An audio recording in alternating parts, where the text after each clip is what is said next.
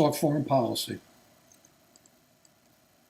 Surprise, we're deeper into these wars than we were a couple months ago. Remember I put up our Vietnam? I did that like 3-4 months ago. Before the last election with President Obama and Mitt Romney, we said that's going to be the black swan.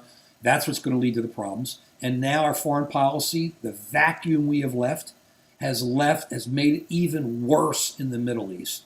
Even worse just everywhere. In Asia, we're just imploding. And the next president is going to have to really deal with this. That's why I've been pushing hard. We have to look at a president who's going to have foreign policy chops to be able to take it on. Because let's look at what's going on very quickly.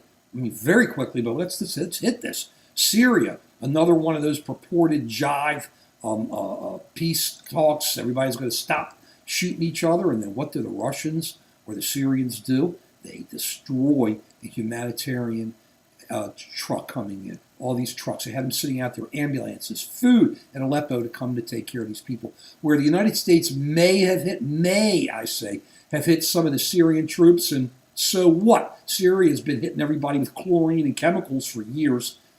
These guys came in and hit a UN convoy trying to break a siege, lift a siege, so people can live. If you looked at these pictures, I always say, look at these pictures. You call these cities, they make Germany after 1945 look like a beautiful metropolis. Wow, it's horrible there. So they get away with that kind of stuff because we do nothing. Maybe if the United States had shot one of those Syrian planes out of the air when they came over, maybe they wouldn't come over so quickly. Now, so then you go over to Asia because now we're going to have to get involved. This is like a bummer. Before I get to Asia, remember, we've always taken the position, either get involved or get 100% out. Get 100% in or 100% out. 100% in doesn't mean a lot of troops, but it means some troops full backing of our partners. 100% out means we're out. And yet we didn't do it that way. President Obama's foreign policy has been to get out, get in a little more. And now, no matter what you say, we're at war. We're at war in Lebanon. I'm sorry, in Libya. We're at war in Syria. We're at war in Iraq. We're at war in a lot of these areas. We're shooting drones. It's just everywhere. So let's see what's happening here. Let's now look over at Asia. I have to agree with Donald Trump.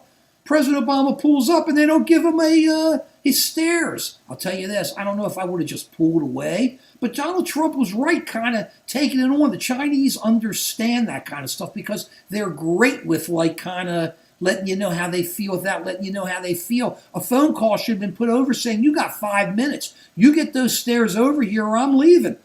That would have been great. There would have been nothing wrong with that. We would have finally asserted ourselves. That's not war. That's not fighting. That's making it clear. You're not going to take a slap in the face. And then the Philippines, they elect this crazy man. They're out there shooting all these supposed drug dealers and they want us to move out. Maybe we should show them what it's like if we do move out. I mean, these are things we got to, it's like really because we have, the president says he has moved to an Asian vision. He hasn't. He kind of went over there and talked, but we've done no real backup. And meanwhile, the Chinese are consistently militarizing all of the islands in the South China Sea. You got Russia moving more and more into Ukraine, encroaching upon Eastern Europe, and all we got are issues. All we've got in the Middle East, I don't have to tell you. And then they're lobbing a couple bombs in from Syria into Israel. This is not good. It's going to be really incredible that we have a strong foreign policy president, whoever that's going to be and whatever the definition of strong is. That's what totally eliminates Gary Johnson. That's what totally eliminates Jill Stein. I'm not sure about Donald Trump. I think Hillary Clinton can do it if she reverts to the old Hillary Clinton. But we'll see. But that's where our problem is. That's what we got to deal with. You call it terrorism, you call it what you want. We got a real massive foreign policy challenge in front of us. But it'll work out. Peace.